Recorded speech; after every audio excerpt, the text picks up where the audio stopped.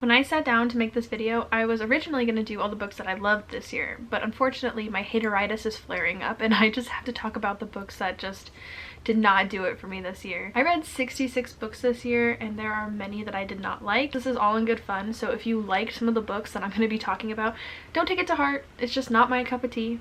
But yes, so let's start with the books that I did not like this year. The first book on this list is the first book I read this year, which was The Soviet Sisters by Annika Scott. Now, this is a historical fiction book. I'm sure if you're somebody who likes historical fiction, you would like this book. I did not like it. I also don't like the genre, so like it's not like this book was bad because of the genre. This book is bad to me because of the genre it's in, not because it's actually probably bad. The writing is pretty good. I just did not like the story. I was really bored most of the time. I was tired reading it. I couldn't wait to be done. I sped read like the last 100 pages.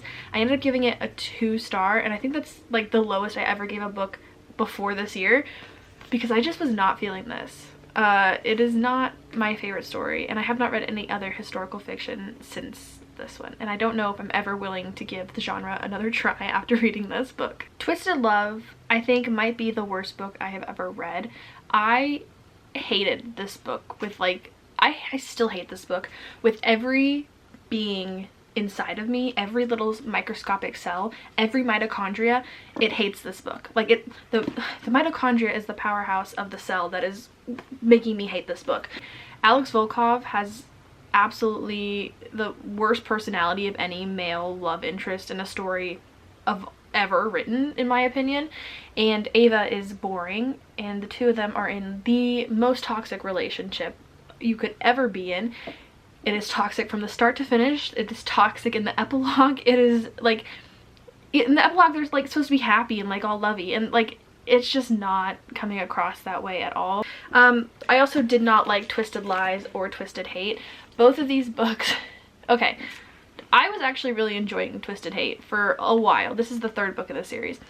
I was enjoying it quite a bit until the third act breakup, which first of all was unnecessary, and second of all, the way that he does it is so disgusting. He deserves to go to jail for it. Twisted Lies is just boring. Like, Stella and Christian are boring. Christian barely has any personality. Stella is just like kind of bouncing around. There's not like a whole lot of character development. I just was not a fan.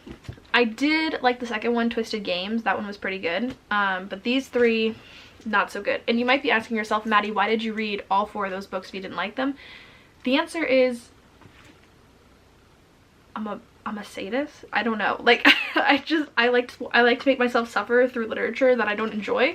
I did it all throughout college, and I'm doing it all throughout my free time now. I ended up giving Twisted Love 1 star because it's literally, I think, the worst book I ever read. Both Twisted Lies and Twisted Hate, I think I gave them both 2 stars because of their own separate reasons why I gave them 2 stars. So yeah, these books, they were not for me. Secretly Yours by Tessa Bailey was a book I was anticipating. Courtney likes Tessa Bailey. She said I was gonna like Tessa Bailey. So I just blindly believed her. Listen, this book has a K word in it that I do not like. So that was part of it.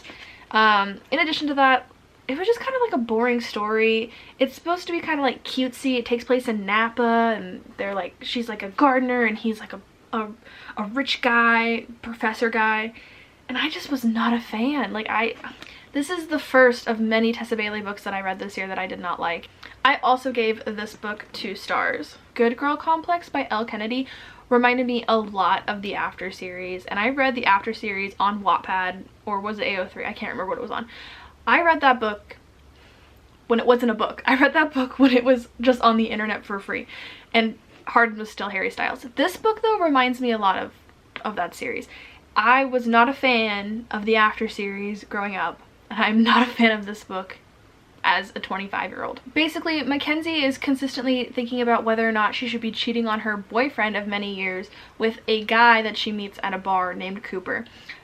She's like deeply obsessed with Cooper. Despite having a boyfriend, even though this boyfriend is kind of out of convenience and he's not like the greatest guy, she still spends this entire book contemplating whether or not to cheat on him. And it's not in like an insightful kind of like, you know, literature kind of way. It's kind of just like ooh, like I have a feelings for another guy who's not my boyfriend. Isn't that kind of like saucy? I ended up giving the book 3 stars, and my Goodreads review says, loved remodeling old hotel and the girl being rich for once. Hated the emotional cheating. So there you go, 3 stars. I'm pretty sure this next one is going to get me, but the ACOTAR series. Well, actually, you know what? I actually really liked Silver Flames, so I'm gonna keep that one out. But the first 4 ACOTAR books, I was expecting this book to be a lot better than it was. Everybody really, like, every single person I have ever met in real life loves these books. All of my friends love these books, with the exception of one other friend. Everybody that I have ever met talks about how much they like these books. I cannot stand Feyre. Feyre is the problem for me. She is very whiny, and I don't like how she is consistently like put in situations where there's no real consequence. And yeah, you could say that some of the things that happen in the later books, there's definitely like consequence, but there's not. Okay, I like in my books when people die. I like in my books when people suffer, and they actually suffer for real. It's a Feyre problem. It's also like an ACOTAR problem, because Throne of Glass, I really like Throne of Glass. People are suffering in that book. People are dying in that book. It's good. I'm enjoying it. This series though, it is that none of it's happening. It is a boring series about fae who are hot, like to do it, and are rich. It's very Disney, and I just don't like it. A Court of Mist and Fury was probably one of the most disappointing books I read all year. Everybody I know says that this is like their favorite book that they've ever read. Courtney said that this book changed her life. I did not have a life-altering moment reading this book, other than the fact that I was so bored and tired, and I really did not like Rhysand. This book is mostly just describing the dresses that Feyre is wearing, and then her and Rhysand at the townhouse. Like, that's pretty much all that's happening in here. Okay, next up we've got Aaar. This book was so disappointing. It had such high stakes, yet there were no consequences at the end of it. The only thing we got out of this book was a little giggle when they were drowning out the sick and dying. That was it. For the rest of the time, we're just sitting in so much action with little to no consequence. We're gonna get into spoilers, by the way, so if you have not read Aaar, skip to the next stage. We'll talk later. We've got this huge war that's being built up with the King of Hybern, and it finally arrives, and just nothing happens. Rhysand dies, and he's brought back to life, the same way that Feyre was brought back to life in A Court of Thorns and Roses. And that is just such a cheap little ending. I think that it would have been really interesting to see Rhysand or somebody else die, and have to see how Feyre handles herself after the fact. Because right now, the way that it is set up, I'm just not seeing a way for this series to continue in a way that I'm going to enjoy. And I really liked Silver Flames, but even the end of Silver Flames just kind of proves the point that, like, this is what the book is. The book is just kind of Disney. It's kind of, you know, we have some weird plot holes in this book, like Feyre's dad showing up and then dying. First of all, how did he know that they were fae? The final ACOTAR book that I really did not like was A Court of Frost and Starlight. This is the epitome of a cash grab to me. This is a Christmas story where we talk about Feyre going shopping in fae periods. That is what A Court of Frost and Starlight is about. We've got people giving gifts, people throwing gifts into rivers. We've got people talking about how their periods suck. We've got people talking about what they're gonna go buy for their friends. If you like ACOTAR, you probably find this book very cozy. I just found it so annoying, irrelevant, and pointless. What is the point of this book?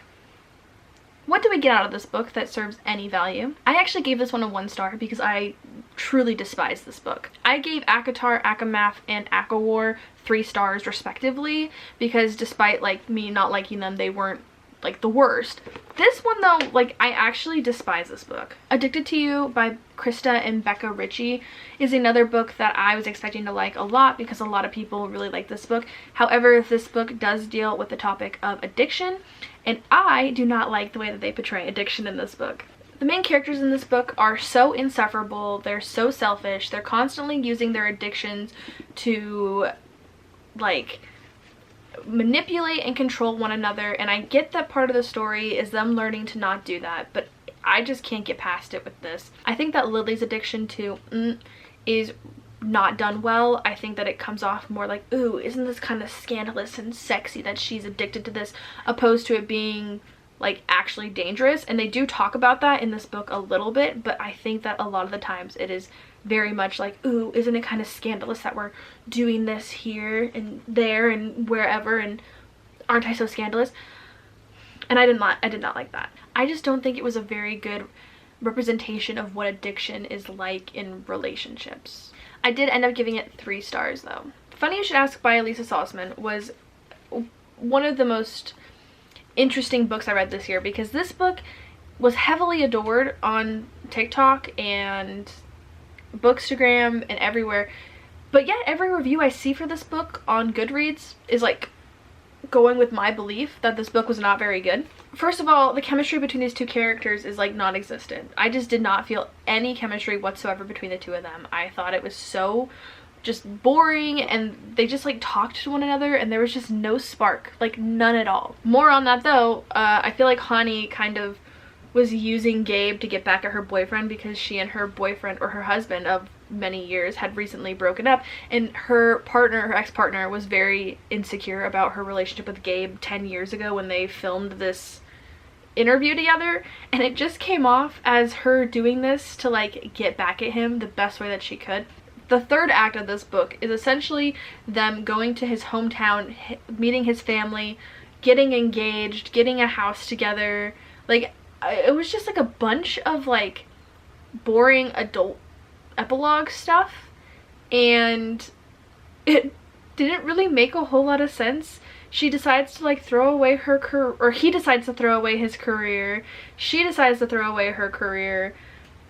I'm trying to remember, like, there was just so much going on in this 3rd act that it was actually hard to keep up with what was going on. Also, one other thing I really disliked about this book was how often things were told. There are instances in this book that are repeated multiple times. We get the present retelling of it, the past actually what happened, and then we have like news and media articles that are like spewed throughout the book that also tell the same story from like the general public's perspective, and it just was like, no, we didn't need all 3 of those. We did not need all 3 of those things in this book. But I did end up giving this book 2 stars. A Brave New World by Aldous Huxley.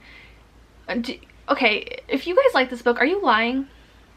Like, it's okay if you're lying and you just want to seem like really smart and cool.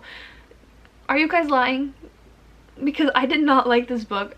I just did not like the story. What is the point? And maybe I'm just dumb and I just didn't get it, but this was probably the worst dystopian book I've read, and I don't get why so many people like this book. So once again, if you like this book, are you lying, first of all? Second of all, tell me why you like this book. Like, please explain to me why this book is a good book. And also, if you couldn't tell, I did in fact give this book a 1 star. Set on You by Amy Leah was a book that I was looking forward to reading because it's about an influencer. She is a fitness influencer. She's curvy. She's, you know, she's cute. What didn't save this book though was the cringe. The amount of times that Lizzo was mentioned in this book was astronomical. And then what made things even funnier is that all the Lizzo things that happened this year came out, I think, like 2 days after I finished reading this book, and I was like, man, she's probably not feeling too good. This main character here, who based her entire personality off of Lizzo, yeah. Basically, the main conflict in this book is that she's an influencer and she starts dating this guy, and she posts a picture with him, and all the comments are being really mean about how she's like so fat and doesn't deserve him or whatever. And that was the whole conflict. And she'd been on social media for many times, and she made a point all the way up until that point to talk about how she doesn't really like let people who are making fun of her body talk bad about her body because she loves her body and who cares what other people think. But then she gets really upset. So I really did not enjoy the conflict or her reaction to it. But mostly the reason why I didn't like this book is that it was really millennial cringe and there was a lot of Lizzo references. I might sound like I am exaggerating. I think Lizzo, though, is mentioned in every chapter of this book. I did give this book a 3-star, though. Next up is My Killer Vacation by Tessa Bailey. This book is absolutely filthy, okay? Which is fine. It also had really good potential to be a good romance, mystery, thriller book, but just was not done very well. In the first 10 minutes that they meet each other, he licks her stomach. That is so strange. Like, they're just hanging out. Like, there's literally, I mean, there's like tension, or supposedly tension, for knowing somebody for 10 minutes. And then he licks her stomach. I don't remember exactly what the last chapter of this book, but my Goodreads notes says that I got the ick in the last chapter, and I'll trust myself that I got the ick real bad. But I don't remember what it was, so I cannot tell you. But I gave this book 2 stars. Happy Place was... The ending of Happy Place is what did it for me, I think. Part of it is that I did not like the characters. I think that Harriet kind of sucks, and Win is really insecure to the point where he's like very insufferable.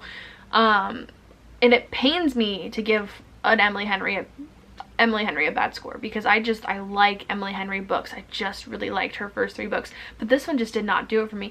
The ending of this book though, Courtney and I did the math, and Harriet is approximately $500,000 in debt, and she chooses to forego her life as a doctor to go and make pottery in Montana. Now that is a little crazy to me. And yeah, maybe she is choosing herself, but I feel like in order to choose yourself, you need to be financially stable, and she just put herself into so much financial like turmoil that it stresses me out for her, and she's not even real. Like, she could have moved to Montana, been a doctor in Montana for a couple of years to pay off those student loans, and then come back and then made her pottery, but no. I gave this book 3 stars. I did not like this book. I think that their breakup was for a good reason, and that they should have stayed broken up. And I'm pretty sure that they will eventually break up again. Cheat Sheet by Sarah Adams, I was a little disappointed in, because I really like her Win and Rome series. I think that those books are super cute. This one was not it.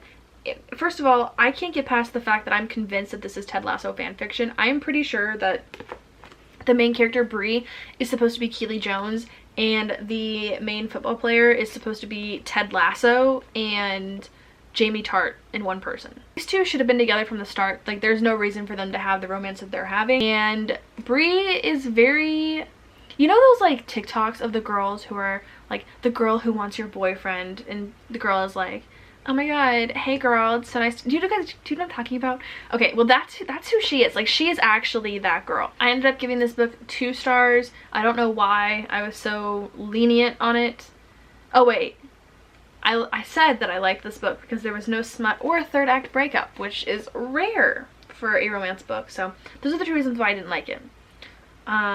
But this book by Sarah Adams is not it. If you want to read a good Sarah Adams book though, read Win and Rome. That is one of my favorite books I think I've ever read. And last but not least, we have Iron Flame.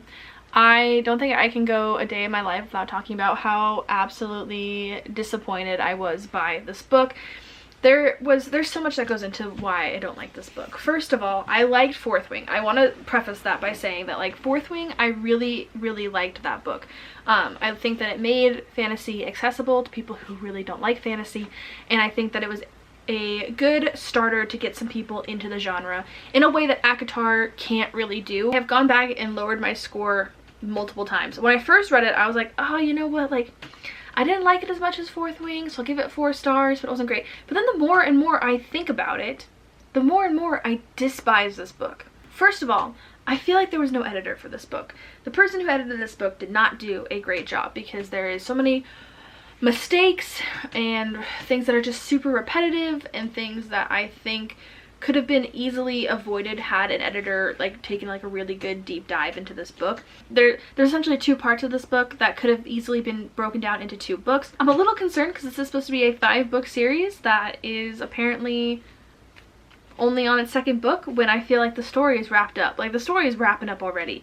But that's my review of Iron Flame. I gave it 2 stars. Originally I gave it 4, then I gave it 3, and then I went back and I gave it 2 over the span of a couple of weeks, because I keep thinking about how much I dislike this book. But I think a 2 is very fitting for this book. I think that would be like the perfect rating for this. But alright, so that is the books I disliked this year. I hope you guys enjoyed this video. If you did, leave a thumbs up in the comments down below. If you want to see what I'm up to, or what I'm reading most of the time, you can subscribe on here, or you can go follow the podcast, which will also be in the caption down below. And yeah, if you guys have any book recommendations, let me know. I'm happy to read pretty much anything. I do have a huge TBR right now, but I will be happy to add anything to it. But that's all I have to say, so I guess all that's left for me to say is happy reading.